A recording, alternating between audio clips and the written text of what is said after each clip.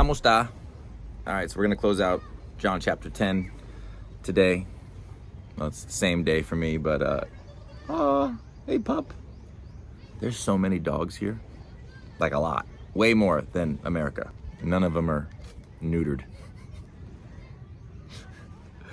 Never mind. I'm not going to say it. All right, so we're going to be going through verses 34 to 42. So after they said that we're stoning you not for any good work, but for blasphemy, you are a mere man who claims to be God. Verse 34, Jesus replied, "It is written in your own scriptures that God said to certain leaders of the people, I say you are gods." All right, now that's little g gods.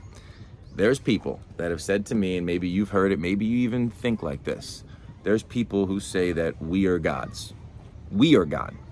And they're like, the Bible even says that we're gods. And then they go to this passage, or it's actually referencing Psalm 82:6, which I want to read Psalm 82 real quick. It's a very short psalm.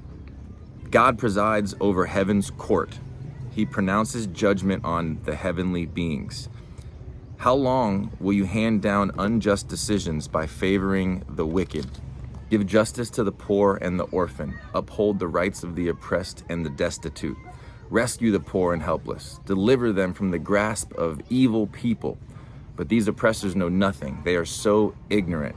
They wander about in darkness while the whole world is shaken to the core. That sounds very fitting for these days that we live in, as it was in those days. Verse 6, and this is the verse that Jesus is referencing. I say you are gods, little g. You are all children of the Most High, but you will die like mere mortals and fall like every other ruler.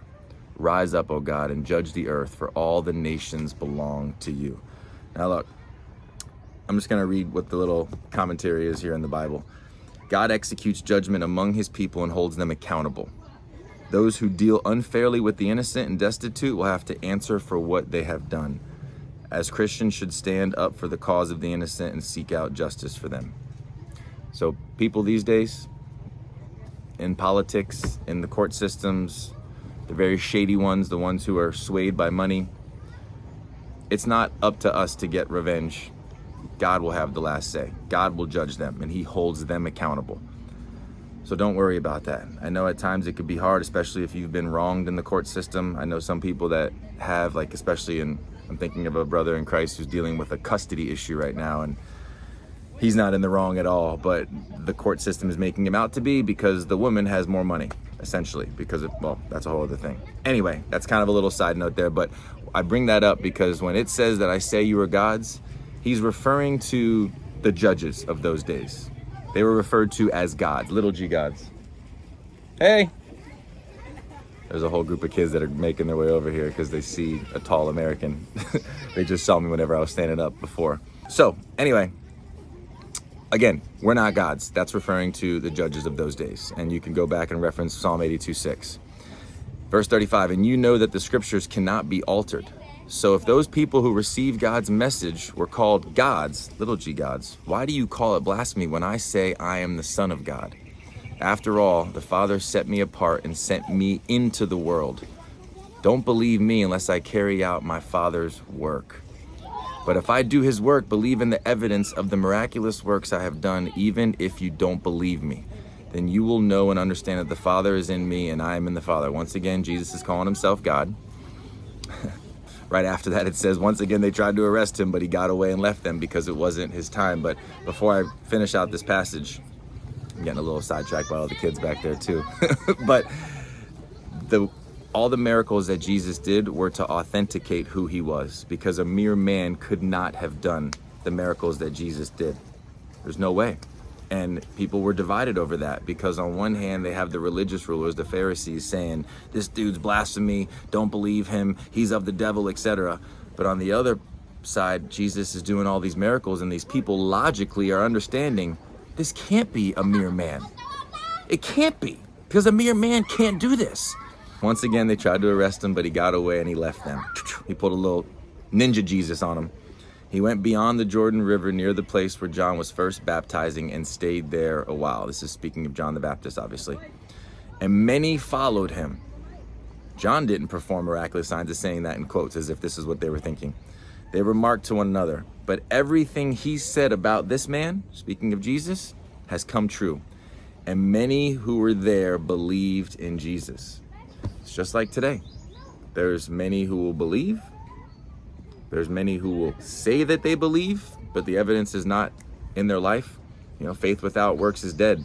It's not that our works is what saves us, but the evidence of our faith should be in what we do on this earth, the way that we treat others, the way that we help others.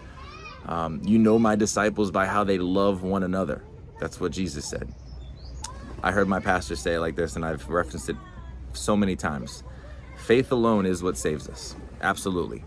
Ephesians 2:8-9. We are saved by grace through faith, not of our works, so that no man can boast. It is a free gift of God. All right, so faith alone is what saves us. But the type of faith that saves us is not alone. If there's no good works in your life, if there's no fruit in your life, Jesus says you know a tree by its fruit. If there's no fruit in your life, there's no good works in your life, do you really have a true, genuine, saving faith? I'm gonna go play with these kids after this. I'm gonna go do like a belly flop in the water. So I just asked you that, and sorry for the background noise, but look at it. Look at it. Look at these kids. True joy. If you remember from a few devotionals ago, like granted we're at the beach right now, we're not in the slums or in like a really bad area, but these kids more than likely don't live in a house that has running water or has electricity. More than likely, they've never been to a place like America, but they have so much joy. I don't know if they know the Lord, but that's what I've noticed so much about people here. They don't understand that they're suffering because they didn't have anything else to compare it to, but they have so much joy, and God is at work all over this world. It's a side note to this message, but John didn't perform these signs, but everything that he said about this man has come true. So you have the people who are choosing to believe, even though they're hearing all these lies and opposition, they're choosing to believe just like we do. We have the opportunity to choose to trust in Jesus, to choose to follow him, or choose to follow the world and our own desires. Who are you choosing? Just like I ended this last devotional, I urge you, I beseech you, I beg of you, surrender your life to the Lord. Because when you fully surrender it to him, what he will do with your life will literally blow your mind. Even as I'm saying this, I'm in the Philippines right now with kids behind me at the beach doing a devotional in a completely different part of the world. And it was all because of music. I wouldn't be here if it wasn't for my music. And all the music that the Lord has given me came from him. Cory, before Christ, never even wrote a poem. Cory, after Christ, new creation Cory, is doing things that he never even knew he was capable of. And it's the same for you. It might not be music, but we are all creative. And I know this isn't really related to this message, but we're all creative.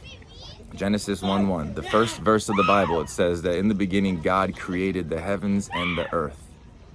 He could have chosen to describe himself as anything, and God described himself as the creator. And then a few verses down in Genesis, it says that we were made in the image of God.